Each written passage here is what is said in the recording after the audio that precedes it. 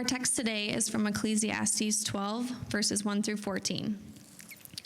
Remember also your Creator in the days of your youth, before the evil days come and the years draw near, of which you will say, I have no pleasure in them, before the sun and the light and the moon and the stars are darkened, and the clouds return after the rain.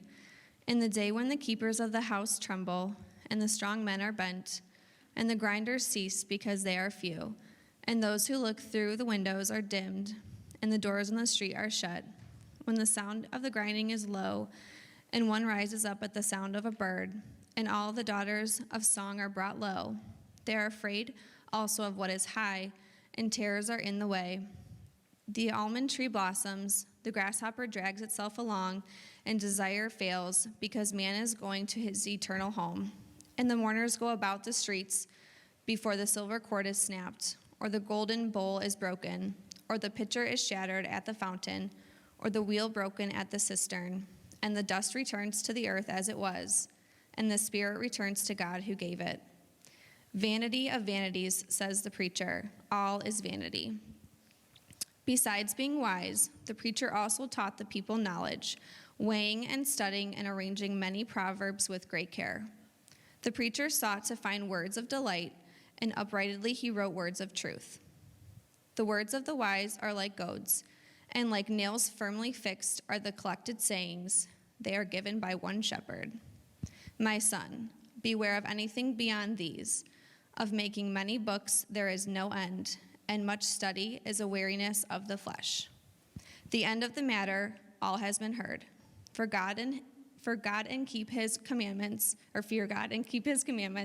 for this is the whole duty of man. For God will bring every deed into judgment with every secret thing, whether good or evil. Amen.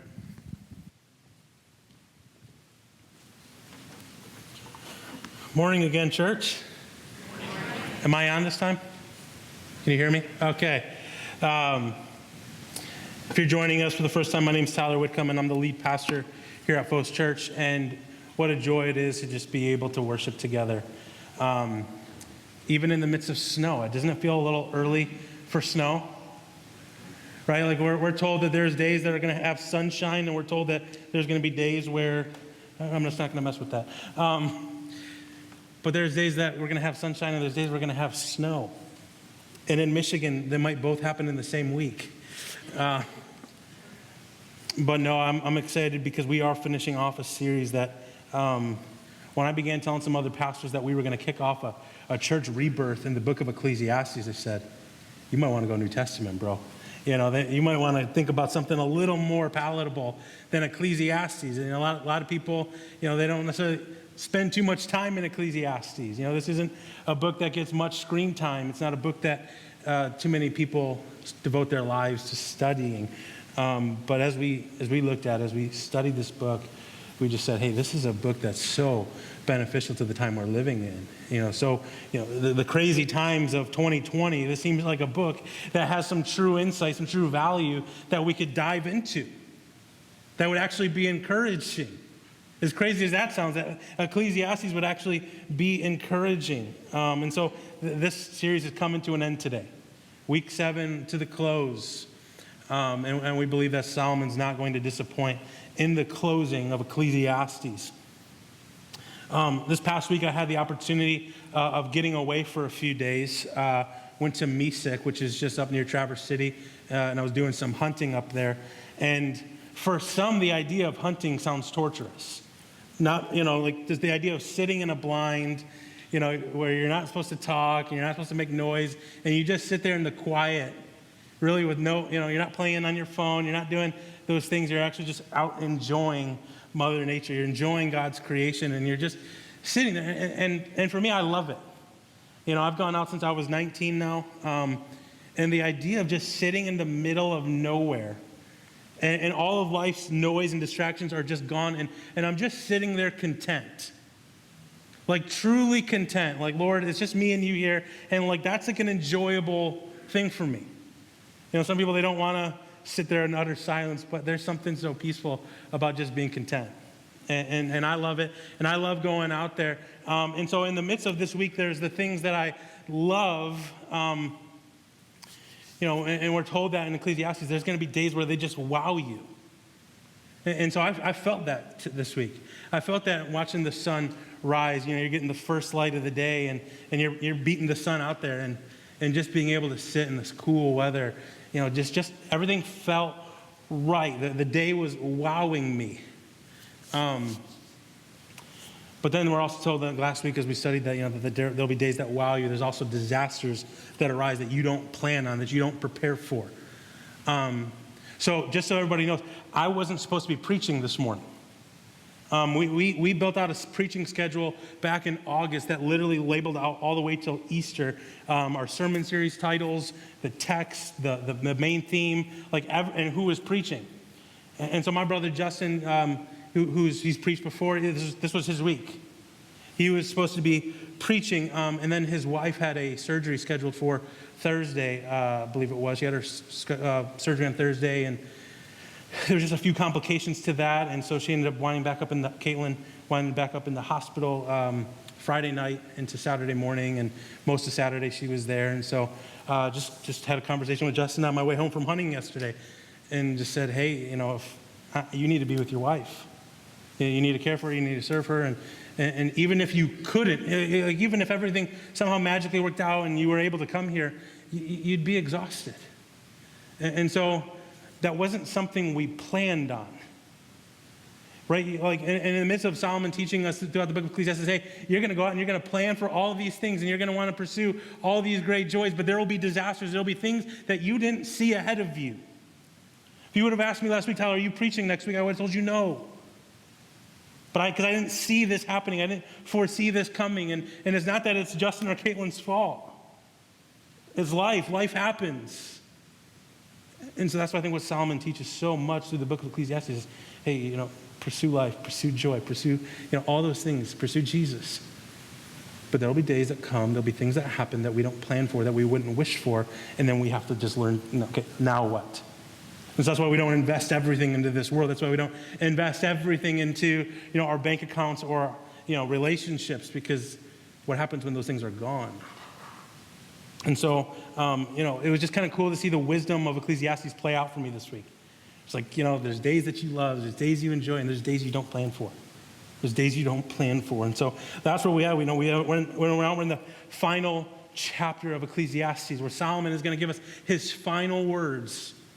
He's going to give us this last little bit of wisdom, like, hey, I'm going to wrap it all together. We're calling it the conclusion. But before we get into our text in Ecclesiastes 12, I want to tell you about a lunch that I had like a year ago. You're probably thinking I'm going to tell you about the food. It's not about the food. It was just a really interesting lunch. I used to preach for a young adult ministry, and so I was at that church, and a buddy of mine calls me, and he says, hey, I need you to come with me. I need you to wingman. And I was like, okay. Tell me more. And I had already known kind of some of the situation. And the situation was weird. Like, she wasn't really into him. He was really into her. And then one of her best friends was into him. And one of those situations, right, where it's like, this is a messy situation. I don't know how to navigate it. I'm going to try and give you some advice, but I don't know if you're going to get there. But ultimately, the advice I gave him was because she was not a believer, and he was. I said, hey, not until she loves Jesus. You're setting yourself up for disaster in that way. If you both don't love Jesus, this is going to be very difficult. And so he wanted me to come to this lunch, and it wasn't far from the church. And so I said, okay, I'm in. Buy my lunch, and I'll come. And so I got my lunch paid for. So I was, but he was meeting up with a girl that he was interested in. One of her friends from out of town was in, and so she was joining. And so I came, and I'm talking to this friend from out of town. And very quickly, the whole table was listening to what she was talking about, because she got very emotional very quickly. She started delving into her love life, talking about this relationship that she had with this guy and how it wasn't a good relationship and how he mistreated her emotionally. And she really listed out tons of things where I'm sitting there and I'm listening and I'm thinking, okay, why are you in this relationship? And as those questions came up, hey, what? And she would share, my family doesn't like this guy. None of my family likes him, and for all these variety of reasons. My friends don't like him, and for all these variety of reasons. And she's just divulging all of this information. And then she says, my grandma, who's a Christian, says, don't be unequally yoked together. And so her encouragement is, hey, don't be with this guy. And so my friend that I was with said, hey, Tyler's a young adult preacher. And so she then said, is this abnormal? Is everything I'm saying to you abnormal? And I said, yes and no. No, because I've heard countless stories that are similar to your situation. I've heard countless stories that, hey, we're in the same predicament as you are. So it's not abnormal in that way. Yes, abnormal in the way this isn't how God intends for your relationship to be. That God has more for you than what you're actively pursuing. And then she says, so what should I do? And I said, I don't think you need me to tell you what you should do. After I've listened for the last half hour of you divulging all this information, I think you know exactly what you should do. I think you know that you should break up with him. I mean, all of the counsel in your life is telling you that. I can show you from the Word of God that this isn't a healthy relationship. And so you know what you need to do. You don't need me to say it. I said, but I think you need my encouragement. I think you need my encouragement to encourage you that God has more for you. And so I don't need to persuade you any more than you're already persuaded. You've already kind of made up your mind in that way. I mean, I know that you know.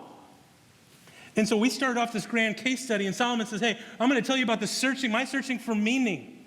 I'm going to tell you how you can to have true meaning. And at the end, and the closing of our chapter and the closing of our book, I think what Solomon is going to say, hey, you don't need me to tell you what you should do now. I've told you everything. I've laid it all out for you. I've given you all the data. You know the next logical step. What you need me to encourage you to do is just do it. Live a life for God. Because throughout the book of Ecclesiastes, what we've seen is Solomon teaching you what life looks like with God and what life looks like without God. And now he's going to say, does it make sense? Does one make more sense than the other? He's actually going to say, I'm going to encourage you now because you know the data. You don't need me to tell you. Live a life spent for Jesus. And I think that's what Solomon is going to teach us as we continue to venture on. That there's one plan that leads to wise living, and there's one that's going to leave you feeling like this was all pointless, that it was all meaningless. Solomon said there's a wise way to live, and you can trust God's good plan, and you have the data that would support it. Like I said last week, we talked about just wealthy celebrities who echoed what Solomon says, that this world doesn't satisfy, that they've chased it, that they've attained it, and it didn't give them what they said it would give them. That it was going to give them some sort of happiness or thrill. And so it's like Solomon sitting Israel down, and it's almost as if they're supposing that question, so what should I do, Solomon? You know I've spent 11 chapters telling you exactly the two routes. You know the next logical step. And so Solomon's wrapping things up. He's going to climax the book right here, the pinnacle, the peak. He's going to give us the last piece of wisdom.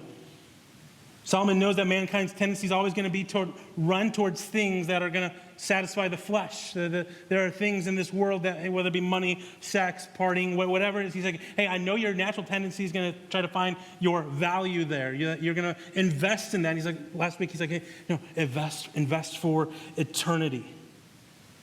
And that's why he's going to show us that all those things that, outside of God's purpose for those things will wind up being meaningless.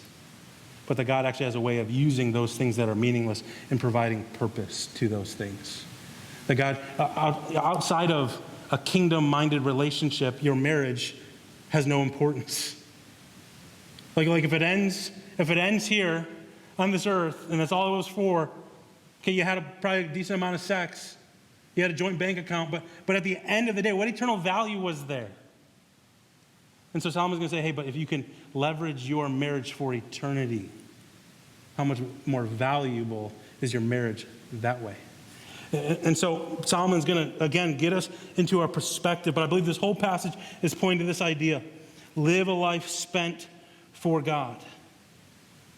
And if you take away anything from this series, I wrote this out. I'd like you to It's not going to be a slide, but I would like you to really hear this. Life is short, and it's not guaranteed. Death is inevitable. Money and possessions have an expiration date. And God has so much more for you beyond these 75 years. God has so much more for you than these 75 years could ever give. In the grand scheme of eternity, Jesus says your life is like a mist. It's here, but James says that your life is a mist that appears for a little while and then it's gone. Maybe we had to give you a perspective, and it doesn't even do it justice, but to give you somewhat of a perspective. Show of hands, who's pet people here? Who's got a cat, dog? So a good handful of you. I don't know how many dogs that the Whitcomb family are on now, probably like 4, and a couple cats, and there's a pet cemetery in my parents' backyard. Back corner, it was just getting kind of weird, like, hey, let's stop that, But these pets, these things that you find all this joy in for a short time, what's really hard is when you watch them die. Right? Where you maybe have a dog or a cat that they were the family pet, and then 10 to 15 years go by, and if you had them at the beginning, they're gone. And you think back, it's like, how many lives over have I had cats and dogs, and think that their lives are here and then it's gone. And then in a greater, way grander perspective, God looks at our lives here on this earth as humans and says, it's going to be gone quick. Faster than a pet is here and gone, your life is going to appear for a moment and then it will be gone. We're going to have 75 years here if you're lucky, maybe a little more, but more than likely less. And God has so much more. You're going to live for eternity, and it's either going to be in heaven or it's going to be in hell, and that's not a message people like to talk about. But hell is real, and we don't preach hell to scare the hell out of you, and I'm not saying that flippantly, but we don't preach hell and saying, hey, I'm going to try and scare you from going there.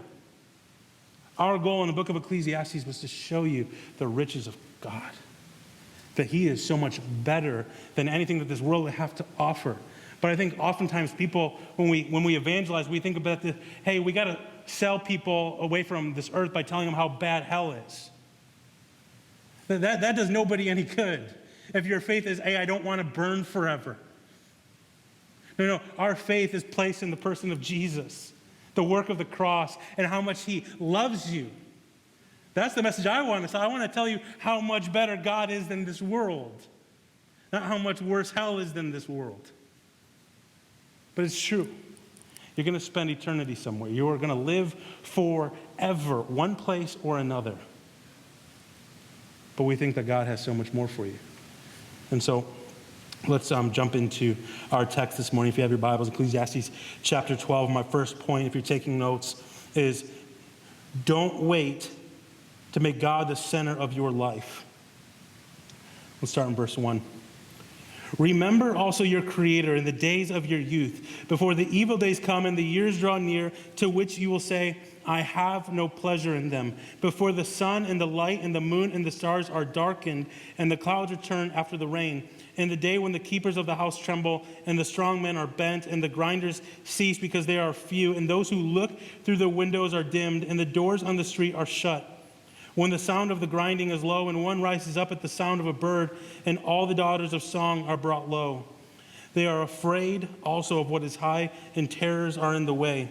The almond tree blossoms, the grasshopper drags itself along, and the desires fail, because man is going to his eternal home, and the mourners go about the streets. Before the silver cord is snapped, or the golden bowl is broken, or the pitcher is shattered at the fountain, or the wheel broken at the cistern, and the dust returns to the earth as it was, and the spirit returns to God who gave it. Vanity of vanities, all is vanity, says the preacher. Now, remember, we kicked off that word, those vanities, that we're going to be told this constantly, that word hebel, that it's here, and he's talking about the destruction of all things. But he just lays out all these things are eventually going to break, and he's saying, you're one of those things that's here and then it's gone, that it disintegrates to nothing. That's what our life here will eventually be. For the things that we do on this earth, for this earth, they're going to disintegrate. They will have no true meaning. And so Solomon, right at the very beginning in verse 1, he's just pretty forthright. He's like, enjoy God now. And in typical Solomon fashion, he then lists out the reasons as why not to wait. As why not to wait. Because he's like, hey, in your youth, you're going to have strength. You're going to have energy to do things that you won't always be able to do. We talked about that last week, the enjoy your youth. And as I've studied it more, as I've gone into the text, I don't think youth means 20s or 30s. I think youth means, while you still can. While you still can. I think really that would be a biblical best explanation for when they're talking about youth. While you still can. And so, because I get it, there's people older than 20s and 30s in here, and hey, you still have your youth. You still have the ability to do things. And maybe you need to be reminded of that. That you need to be encouraged that, hey, this isn't over. You still got it. You still got it. Even if you're in your 40s and 50s, 60s, 70s, hey, if you're here and you're moving around, you still got it. You still have the ability to live for God. You still have the ability. And so this is what Solomon is leaving us with. It's not that we won't have enjoyment in our older years. My prayer and my hope for all of us is that we would age well. That we would get into our older years and actually have things that we find joy in because we parented to the glory of God, because we love to the glory of God, that we serve to the glory of God, that we actually still have things that, hey, though we're aging well. There's still things that we experience great joy in. And so Solomon's not saying, hey, there's no pleasure in growing older, but he's saying, hey, while you still can, let's work. Let's enjoy God. Because it's going to inevitably get more and more difficult for us to do that. And so he's saying, hey, some of you might think, hey, we can put this off later. I think that's one of the biggest lies that I ever grew up hearing was that, hey, you know what? I'm going to follow God when I get older. You always have that, maybe that conscious thought of like, okay, I'm going to go out, I'm going to soil my wild oats, I'm going to live it up for this earth. And then when I get older and I can't do those anymore, then I'll get serious about God. But I don't think that at all is biblical. It's the farthest thing from being biblical. But it's also unwise. It's unwise to think that, hey, I'm gonna put myself in more harm's way and then eventually I'll come. It's like, no, if you're in a place now where you can make that conscious choice of, hey, I'm gonna choose God, I'm gonna follow God, I have the ability to do that, then do that. That's like when somebody who needs to go on a diet, don't look at me, says, oh, I'm going to get serious about my diet right after I go to a buffet. I'm just going to gorge one last time, and then I'll get serious about it. Like that, I'm not a dietitian, but I'm just going to guess that's not good thought process of like, oh, I'm just going to continue to put myself in the further direction. No, enjoy God in your youth while you are able, choose to follow God. Because you don't want to get to the place where you're looking back and thinking, oh, what could I have done? When I think about this, what comes to mind is the movie Napoleon Dynamite. Anybody ever see that movie? Okay. One of the silliest movies ever created. I don't know what the point of the movie really is. Other than following around this nerd, Napoleon. And in that movie, Napoleon has an uncle named Rico. Uncle Rico. Now, he's probably, in my mind, he makes the movie. He's so goofy. I mean, he throws a steak at Napoleon's head. And he's just this uncomfortable guy that the family doesn't like him. But also, he's got this stereotype that just fits like a 40, 50-year-old guy who always thinks about what he was, and he probably really wasn't that great. He talks about himself in this very high light, right, where he says, back in 82, if Coach would have put me in, we would have been state champs, no doubt. And then he starts saying to Kip, Napoleon's brother, he's like, I could throw a football over the mountains. And he goes, are you serious? He's like, I'm dead serious.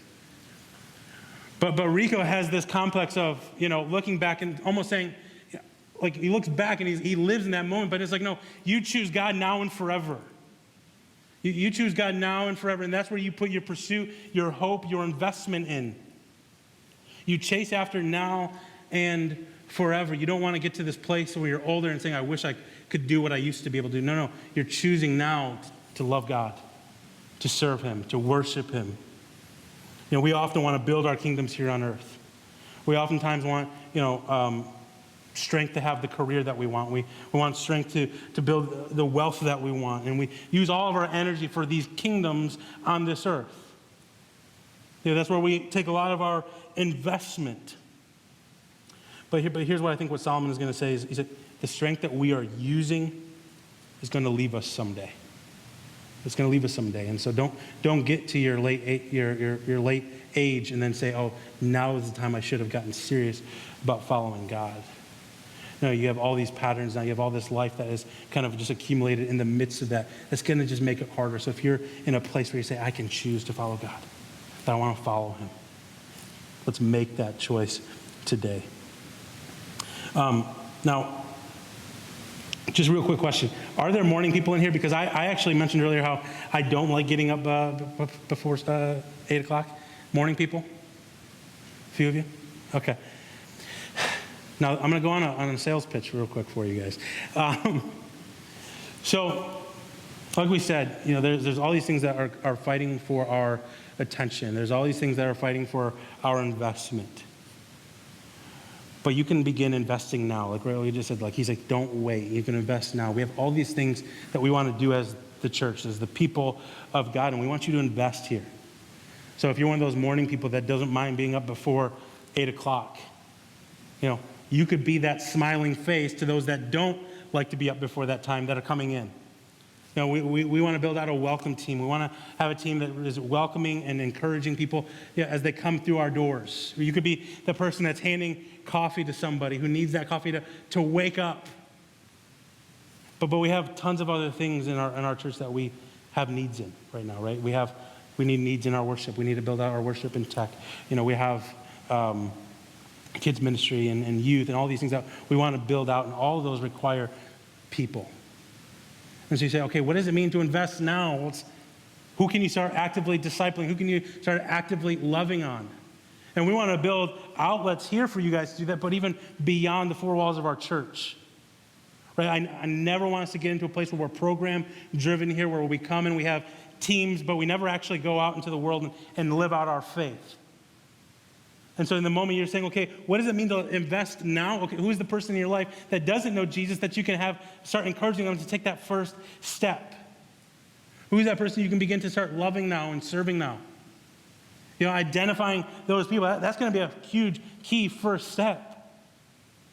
Because our investment, those gifts, those things that we pursue, and it's not wrong to have money, but if your money's not being leveraged for eternal things, then Solomon's going to say you're going to get to heaven one day and you're going to pull out your pocket and say, I don't have anything. But the fact that we could actually start funding local and global missions where people are hearing the gospel where they otherwise wouldn't. Those are the types of investments we're talking about here. Those are the things that we're saying, hey, your time, your energy, your resources, push it all in on Jesus and leverage our lives for eternity. And that's what Psalm's saying. Hey, don't think you're going to get way older. Don't think you're going to get way older and then get to that place of saying, now I'm ready to give my life over to God. It's going to start by first laying our lives down and saying, God, it's all yours. It is all yours for the taking. And so one day, we're not going to have the strength that we have now. It's going to be gone. And our kingdoms are going to fall away. But the investments that we can make in people's lives now can have an eternal, lasting return. And so we haven't shied away from the fact that the book of Ecclesiastes is heavy. It's really heavy. We haven't shied away from that at all. We week in and week out say, you're going to die. Like that, Solomon's a broken record that way. And so we haven't shied away from that. And maybe it's come off redundant, but we need to knock this into our heads. We need to truly believe this wisdom here. And so for some, this could come off as gloomy, but no. We wanted this book to be encouraging. Like to actually think that this wisdom would actually be encouraging seems weird in a way. But that's what, when I would have those pastors say to me, Tyler, you might not want to go with Ecclesiastes to kick off your church. I had to step in and say, no, I don't see Ecclesiastes through that lens. I don't think of it as gloomy. I think it's actually going to be encouraging. And that It can almost come off humorous as that dialogue happened, but that's truly what I believe. That I believe that this book is encouraging. That if you grab a hold of this truth, these truths, that there will be a level of encouragement that you can have. So those days come when you lose your job or you lose a spouse, you lose a loved one, that you're not destroyed. Sure, you're going to feel it. We still feel pain. But the fact that we're not crushed. And so Solomon's done here. He has said all that he needs to say. But the book doesn't end here. However, the speaker that's often referred to as the narrator at the very first chapter, he comes back into the picture. And the narrator is the one who kicked things off. And they're going to point to why Solomon wrote these words. We're going to point to why Solomon wrote all these words. So if you get to the end and you say, why did Solomon feel the need to give Israel and us these words? The narrator is going to give us that knowledge. And so let's continue on in verse 9. My second point is the words of truth should bring delight. Besides being wise, the preacher also taught people knowledge, weighing and studying and arranging many proverbs with great care. The preacher sought to find words of delight, and uprightly he wrote the words of truth. The words of the wise are like goads, and like nails firmly fixed are the collected sayings. They are given by one shepherd. My son, beware of anything beyond these. Of making many books there is no end, and much study is a weariness of the flesh. The end of the matter, all has been heard. Fear God and keep his commandments, for this is the whole duty of man. For God will bring every deed into judgment, every secret thing, whether good or evil. So let's zone in on verse 10 real quick. The narrator says, the preacher, who we identified as Solomon, sought to find words of delight, and uprightly he wrote these words of truth. At face value, does anyone in here think that the book of Ecclesiastes is delightful? No one would read the book of Ecclesiastes at face value and say, no, that's delight. No one lands there. But like I said, why I said this is encouraging, why this is delightful, was you have to go under the surface of this text. We have to dig into it to see what Solomon's saying and really see the delight that's found under the surface. And so we believe as we saturate ourselves in these truths, and these words of truth, that we'll be encouraged. And I've had several conversations with people post-message, post-service, that have been encouraged by this series. And so I'm delighted in that. That if there was actually people that got things out of this series that said, hey, this was actually good wisdom, this was good food to chew on. That's what we were excited for. That's what we aimed for in our series. But this isn't for everybody. This truth isn't for everybody. Not everyone finds this enjoyable. But the believer, we should find great joy in this because we know that we're invited into everything that God has for us. Thanksgiving is this Thursday. And I don't know what your household is doing. I don't know if you're having family or you're doing it separate, and I'm not here to tell you do it one way or the other. But when you think about Thanksgiving, I think back in my childhood, and as I've grown, Thanksgiving is just a great time. Where the whole family's coming together, and all the aunts and uncles are there, and the turkey and mashed potatoes and gravy. How can you not like gravy? If you don't like gravy, just get out of here. No, I'm kidding. But Thanksgiving is a great time, and my dad will flip the Lions on and depress us all. Because you can't be too happy, right? No, but when I think of Thanksgiving, it's just a beautiful time. But I think about how much greater a picture of God's kingdom at the feast, that he's made a table for you, that you've been invited in. Well, like how much better is it going to be to sit at the feast with the King of the universe? To have fellowship with people who went through this life chasing after Jesus with you. I mean, how awesome is that going to be?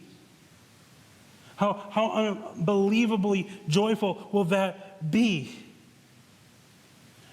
But again, not everyone can share this experience of joy. This message to some is a death sentence. There are people in my family, friends that I have, that this is a legitimate death sentence.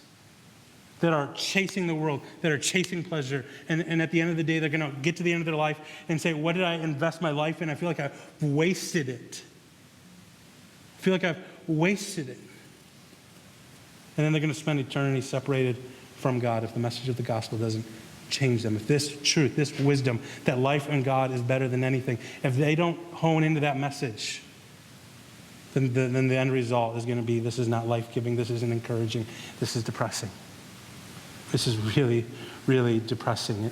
And so I want us as a church to never lose sight of this. This is why we wanted to enter into this series, that life with God is better.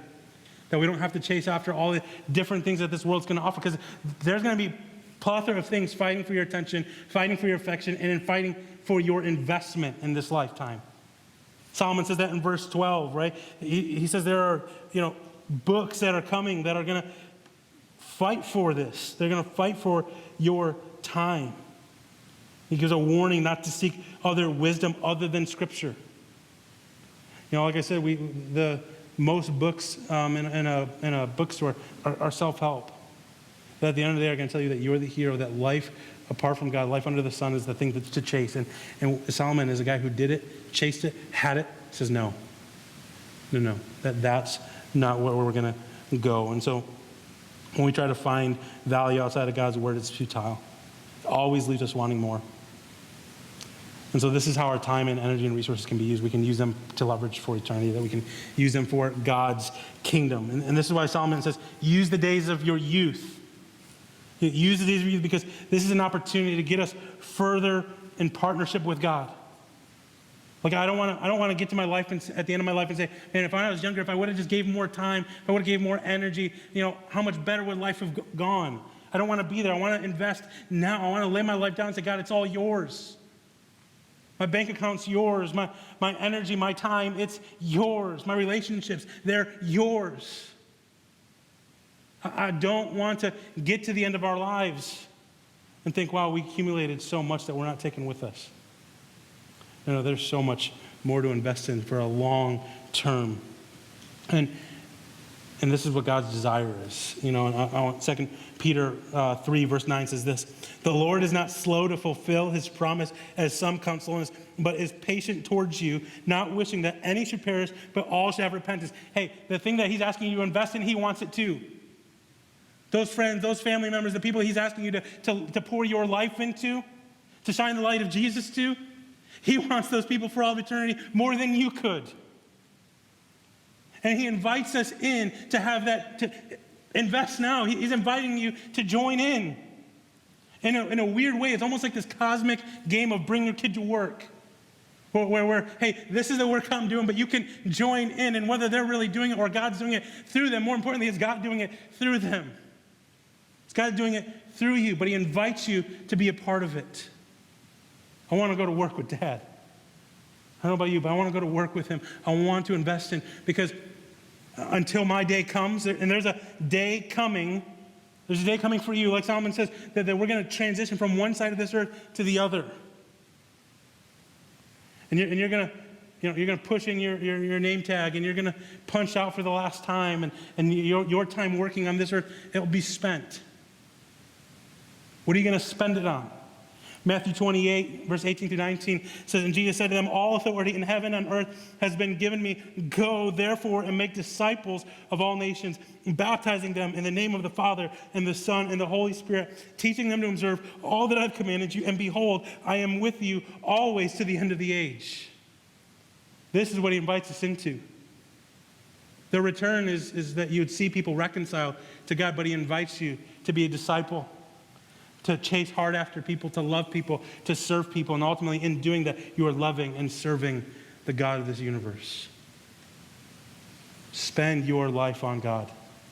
Every ounce, every bit of energy, push it all in and say, I'm all yours. And the only way any of this could never happen, the only way that you could invest in God now, is because Jesus, 2,000 years ago, came in the form of a man. He came and he lived this sinless life, and he had to, because we are all transgressors. We have all sinned against the holy God, and we've been separated from him for eternity. And because of that, because of this cosmic, this drastic distance between us and God, the only way that we could be reconciled to him was through a sinless sacrifice. By the shedding of Jesus' blood. And so he came 2,000 years ago so that you could live. So that you could have purpose and meaning. And in the midst of all of this searching, you could search the entire world up and down. And unless you have a relationship with Jesus, you will never have everlasting purpose. That's the message of Ecclesiastes. He's like, I've searched it up and down. I've gone every which way, and I couldn't find it. It was a chasing after the wind. I went for it. I tried to grab it, and there was nothing there to grab. But Jesus, with his arms spread on the cross, nailed there, opens you to embrace, and there's something to grab onto there. And his blood can cover you. It will cover every sin that you've ever committed, and God will see you clothed in the righteousness of Jesus. So when you stand before and you have every bit of an accuser, every person who's ever said that you've wronged them, you've done something towards them, you've sinned against them, and they bring an account against you, Jesus standing there next to the Father says, no, I've covered that. Remember on the cross, I covered it with my blood. And so he is inviting you to have true purpose and meaning, and it can only happen. It can only happen through a relationship with Jesus. That he will literally take the same spirit that raised him from the dead, and he'll place it inside of you. And that stone, that heart of flesh, that heart of stone, he'll remove it, and he'll give you a heart of flesh. Where you otherwise have never truly lived or really had true life, Jesus makes a way. He makes a way for all of eternity. It's now and forever. It's not, hey, I'm going to wait and then maybe. No, it's now and forever. You make this choice for all of eternity. And that can maybe sound scary, but hey, in the long run, and everything that you invest in, there is no greater reward, there's no greater return. And it comes by surrendering your life to Jesus. And so if you want a relationship with Jesus today, you want to be covered by the blood of Jesus and have true life and have that spirit that raised Christ from the dead inside of you, that can happen today. We confess. And so the confession that we make is that Jesus is King, that he's Lord, that he's Savior of the world, and that we're not, that money's not, that sex isn't. Your relationship will never bring you satisfaction. It will never give you salvation. And so Jesus is the only way, now and forever. And so confessing with your mouth and believing that God raised Jesus from the dead, you will be saved. You will have eternal life, and you will begin to live a life of purpose. Let me pray for us.